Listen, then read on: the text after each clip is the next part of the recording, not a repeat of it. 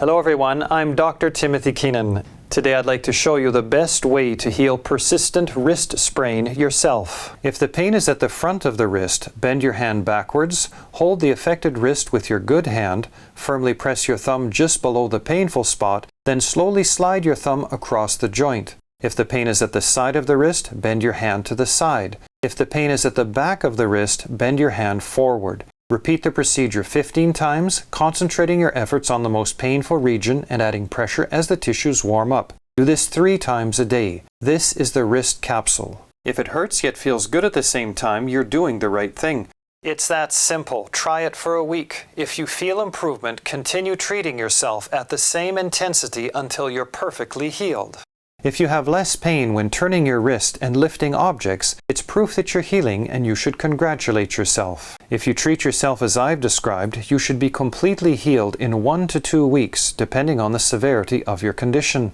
When you start, it's normal to have sensitive skin for 3 to 4 days as your body eliminates stored up toxins. Never apply heat, including hot baths, since heat increases inflammation. If you just hurt yourself, you may apply ice for 10 minutes 4 times a day for 3 days in order to reduce the inflammation. In order to accelerate healing, reduce the intensity of screw driving, hammering, and wringing cloths. Once healed, if ever you feel the pain coming back, treat it immediately before it gets worse. Finally, in an effort to clear up the confusion surrounding the real cause of wrist sprain, if you heal yourself using my method, it's scientific proof that your wrist sprain was caused exclusively by contracted soft tissues, since that's all my method corrects. This means that even if you can see osteoarthritis, what most people call arthritis, calcium deposits, torn tendons or muscles, bursitis, fibromyalgia, misaligned vertebrae, subluxations, pinched nerves, or degenerated, slipped, thinned, bulging, or herniated discs on your X-rays, CT scans, or MRIs, they have absolutely nothing to do with your pain, so you can ignore them.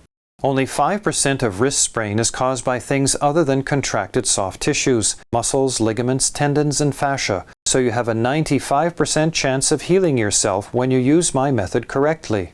That's all you need to heal pain yourself. If you have any questions, feel free to write me.